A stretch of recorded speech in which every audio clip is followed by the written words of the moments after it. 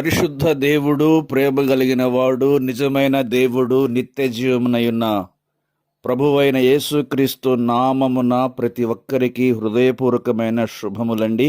మన రాష్ట్ర డిప్యూటీ ముఖ్యమంత్రి గారు, జనసేనాధిపతి శ్రీ కొనెదెల పవన్ కళ్యాణ్ గారి చిన్న కుమారుడు మార్కు శంకర్కి సింగపూర్లో ప్రమాదవశాత్తు అగ్ని ప్రమాదంలో కొంత గాయాలయ్యానని వార్త వినబడింది.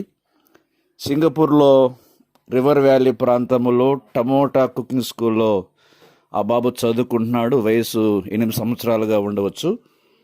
ప్రమాదవశాత్తు అగ్ని ప్రమాదం ఏర్పడి ప్రాణాపాయం తప్పింది, కానీ చిన్న చిన్న గాయాలు, చేతులకు కాళ్లకు గాయాలయ్యాయి.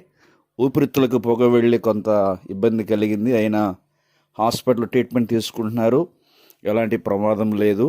కాబట్టి మన ప్రీతమ నాయకులు, మన రాష్ట్ర డిప్యూటీ సీఎంగా ఉన్న కొనెదెల పవన్ కళ్యాణ్ గారి కుటుంబం కొరకు, మార్క్ శంకర్ సంపూర్ణ ఆరోగ్యం కొరకు మనమందరం ప్రార్థన చేద్దాం.